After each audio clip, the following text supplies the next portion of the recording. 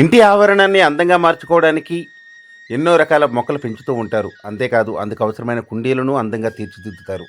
కానీ యలమంచిలి మున్సిపాలిటీ సోమలింగపాలెం గ్రామంలో వై దేవిక అనే మహిళ చేస్తున్న వినూత్న ప్రయోగం అందరికీ ఆదర్శంగా నిలుస్తుంది.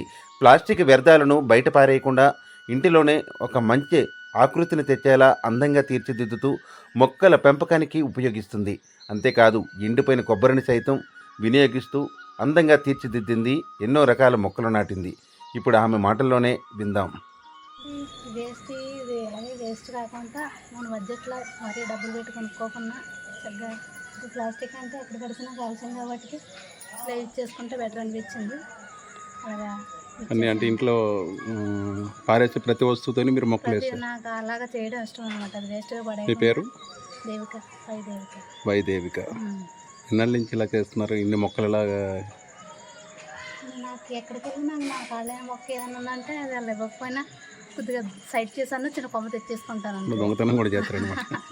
మొక్కలంతా అంత ఇంట్రెస్ట్ అన్నమాట. అలాగే మన దగ్గర లేని మొక్కలని అంటే మొక్కలకి పెయింటింగ్స్ కూడా వేశారు.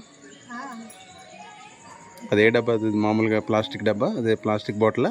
Plastic drink bottle. Drink bottle. ఒక డ్రింక్ బాటిల్ ఇదొకటి మూడు అయ్యింది. ఒక డ్రింక్ బాటిల్ 3 చేశారు. చేసాను. ఇది మధ్య బాటిల్.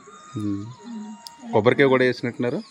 కొబ్బరికాయలు ఫస్ట్ లా చూసి రాసుకున్నాను అనమాట. పేర్లా?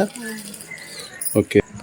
చిన్న చిన్న బట్టలతోటే వేస్ట్గా ఏ కొని అంటే ఏం లేదు, మన ఇంటికి తెచ్చుకుంటాం, చేయాలి ఉండిపోతుంటాయి కదా. అవును. అలాంటి పడేయకుండా అలాగే చిన్న చిన్నగా రోజుగా డెకరేషన్ చేసుకుంటాం.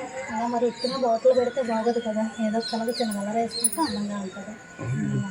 మొత్తం వాటర్ బాటిల్ అన్నింటితో మొక్కలు వేశారు మీరు.